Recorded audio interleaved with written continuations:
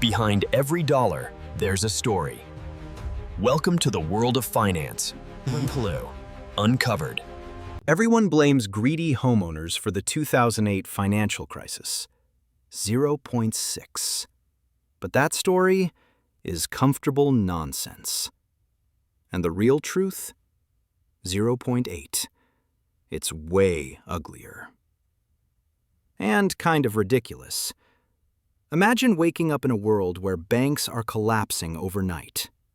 ATMs stop working. And trillions of dollars vanish like they hit the delete key. Wall Street firms were falling faster than people could Google. Is my money safe? Even economists were panicking. Which is impressive, because they're usually confused, not terrified. The official story goes like this. They gave mortgages to people who couldn't afford them. Homeowners defaulted. And the system collapsed. Sounds neat, simple, blamable. But that's only the version they want you to remember. Because if that were true, one missed mortgage payment wouldn't crash the entire global economy. Because here's the part they never mention. Behind the scenes, banks were gambling. Not investing, with absurd levels of leverage. They bundled risky mortgages into safe financial products, stamped them AAA, and sold them like candy to pension funds, governments, and each other.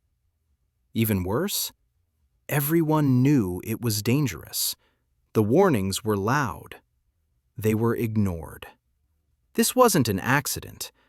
It was a ticking time bomb. And everyone pretended it didn't exist. It's like watching someone juggle knives while yelling, "Relax, I've done this before." But the craziest part is still coming. Here's how it spiraled. Greed turned into denial. Denial turned into panic. Panic turned into total paralysis. When housing prices dipped just a little, the entire structure collapsed like wet cardboard. Banks stopped trusting banks. Credit froze. Companies couldn't borrow.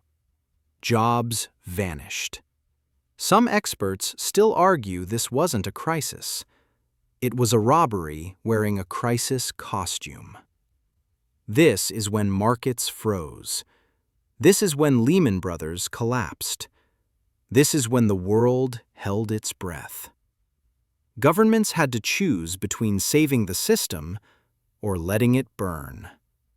If money could scream, this is the moment it would have lost its voice. But here's the detail everyone ignores. People think the crisis ended in 2009. It didn't. Wages stagnated.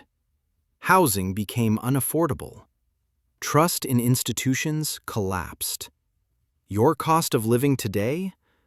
Yeah, decisions made back then are still haunting it.